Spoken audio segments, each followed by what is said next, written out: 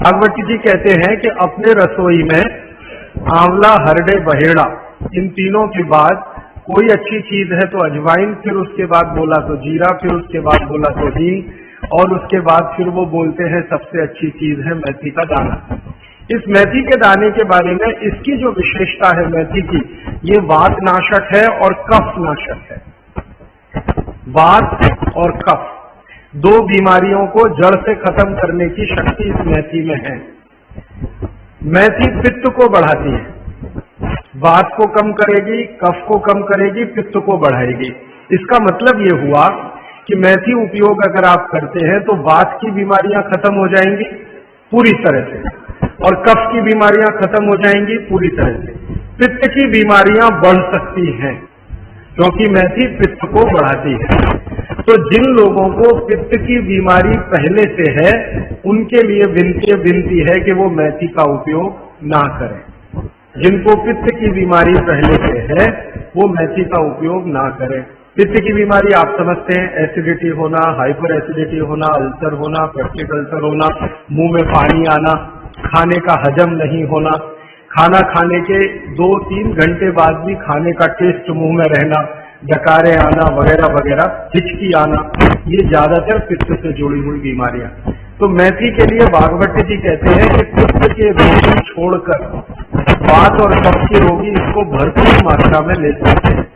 अब वात की बीमारियां अगर आपकी है, घुटने दुखना, कमर दुखना, कंधे दुखना, जोड़ों का दर्द, मेथी का उपयोग जरूर करें, जरूर करें। अब आप पूछेंगे जी मेथी का उपयोग करने का तरीका बहुत सरल बताया भागवत जी ने कि रात को 1 गिलास गुनगुने पानी में या गर्म पानी में 1 चम्मच मेथी दाना डाल दें, रात भर उसको रखें, सुबह उठकर मेथी दाने को चबा चबा के खाएं। चबा चबा के खाने का महत्व बहुत है। कई लोग मेथी की फंकी लेते हैं, पिसा हुआ मेथी होता है ना, उसकी फंकी लेते हैं, लेकिन फंकी का महत्व इतना नहीं है जितना चबाकर खाए हुए मेथी का है। क्यों? कारण उसका ये है कि जैसे ही मेथी आप चबाते हैं, लार बनना बहुत तेजी से शुरू होती है, क्योंकि मेथी का जो स्वाद है ना, वो कटुक है, कषाय स्वाद है उसका। तो उस स्वाद की कोई भी चीज आप चबाएंगे, बहुत तेजी से लार बनेगी, और वो लार मैंने आपको पहले ही बता दिया है, आपके जीवन के लिए बहुत ही महत्वपूर्ण और उपयोगी है। इसलिए मेथी दाने को चबाकर खाने का असर बहुत गहरा और बहुत अच्छा होता है। तो आप मेथी दाना नियमित रूप से अपने घर में रखें, रसोई में रखें, उसका उपयोग करें। इस मेथी दाने के लिए एक बात वैसे मैंने महसूस की है, हमारे ज्यादातर घरों में अचार जितने भी बनते हैं सब में मेथी होती है ज्यादातर। तो आप भागवत जी की बात अगर मानते हैं और सुनते हैं, तो जो भी अचार में मेथी है वो अचार नहीं है, औषधि है, दवा है। माने आप कभी भी अपने जीवन में ऐसे अचार खाने से परहेज ना करें जिसमें मेथी है।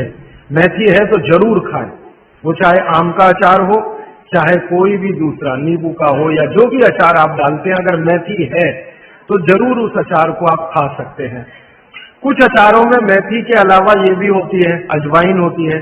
अगर अजवाइन है तो आप जरूर अचार खा सकते हैं, क्योंकि महत्व की बात जो आपको मैं समझाना चाहता हूं वो ये कि किसी भी अचार पर, किसी भी फल पर औषधियों का असर फल से ज्यादा होता है। जो विज्ञान की बात है वो ये कि आपने अचार डाला, तो मान लो आम का फल था, आम के फल का अचार डाला, अब इसमें मेथी पड़ गई या इसमें पड़ गया ये अजवाइन पड़ गई, तो अजवाइन और मेथी 2 ऐसी औषधियां हैं जो दूसरे के प्रभाव को बहुत कम और अपने प्रभाव को बढ़ा देती है। तो कई लोग ऐसा घबराते हैं ना, मुझे अचार खाना तो अच्छा लगता है लेकिन खा नहीं सकता क्योंकि मुझे ऐसी तकलीफ है।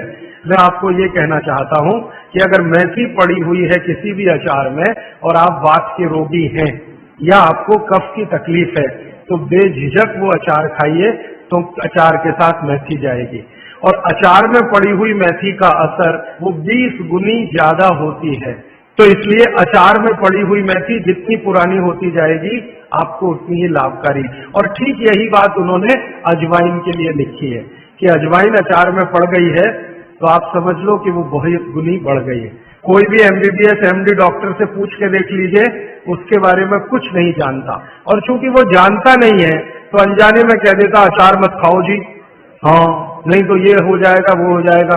उसको ये मालूम नहीं है कि मेथी दाने का अचार है, अजवाइन का अचार है, जीरे का अचार है, हींग का अचार एक बनता है। तो भागवत जी कहते हैं कि जितने तरह के फलों के अचार हम बनाते हैं उसमें आयुर्वेदिक औषधि अगर पड़ गई है तो वो फल का असर कम है, औषधि का असर ज्यादा है। और आयुर्वेद की औषधियों को कुछ विशेष कॉम्बिनेशन में तेल के साथ अगर आप उपयोग कर रहे हैं तो असर सबसे ज्यादा है। थोड़ा आगे बढ़ते हैं। वो हमारे रसोई घर में एक चीज के बारे में बहुत बखान करते हैं, माने बहुत बढ़ाई करते हैं। वो ये कहते हैं कि जो लोग खाने के बाद पान खाते हैं चूना मिलाकर, वो जिंदगी भर वात के रोगी होंगे नहीं। जो खाने के बाद पान खाते हैं चूना मिलाकर, वो जिंदगी भर वात के रोगी होंगे नहीं। माने चूना, वो बोलते हैं, सबसे बेहतरीन वातनाशक औषधि है। मेथी का दाना तो है ही, चूना उससे थोड़ा 1 डिग्री ऊपर है। मेथी दाने से चूना सबसे अच्छी वातनाशक औषधि है। चूने के बारे में भागवत जी का बहुत बहुत रिसर्च है, बहुत रिसर्च है। और वो ये कहते हैं कि ये भगवान की दी हुई प्रचंड मात्रा में अद्भुत ऐसी चीज है जो आपके बात के सब रोगों को दूर करेगी। माने घुटने दुखते हैं, कमर दुखती है, कंधा दुखता है, चूना खाइए। फिर वो कहते हैं कि इतना ही नहीं, शरीर में कैल्शियम जो है ना, कैल्शियम ये एक घटक है, माइक्रो न्यूट्रिएंट इसको कह सकते हैं अंग्रेजी में, सूक्ष्म पोषक तत्व है। ये कैल्शियम के बारे में जो गंभीर बात है आज के विज्ञान के हिसाब से जो मैं कहना चाहता हूं, भागवत जी ने तो 3500 साल पहले कह दिया, आज का विज्ञान उसको प्रूव कर रहा है, कंफर्म कर रहा है। वो ये कि कैल्शियम की कमी अगर शरीर को है तो आपको 20 नहीं 50 बीमारियां आएंगी। कैल्शियम की कमी अगर है शरीर को तो 50 बीमारियां आएंगी। क्या क्या आ सकता है? हर तरह का दर्द आपको होगा, हर तरह का, मांसपेशियों का दर्द, हड्डियों का दर्द, सब तरह का। हड्डियों की जितनी विकृतियां हैं वो सब कैल्शियम की कमी से आएंगे। हड्डियों के जितने रोग हैं वो सब कैल्शियम की कमी से आएंगे। फिर वो कहते हैं कि रक्त के बहुत सारे रोग कैल्शियम की कमी से आते हैं, रक्त के रोग, खून की बीमारी। फिर वो कहते हैं कि बहुत सारे कफ के रोग कैल्शियम की कमी से आते हैं। तो कैल्शियम कम नहीं होने देना चाहिए। जो विज्ञान आज का कहता है, आधुनिक विज्ञान ये कहता है कि कैल्शियम वो माइक्रो न्यूट्रिएंट है, वो सूक्ष्म पोषक तत्व है जिसके शरीर में रहने पर ही दूसरे सूक्ष्म पोषक तत्व उपयोगी होते हैं। ये 12-15 साल का रिसर्च है, एक वाक्य में मैंने खत्म कर दिया।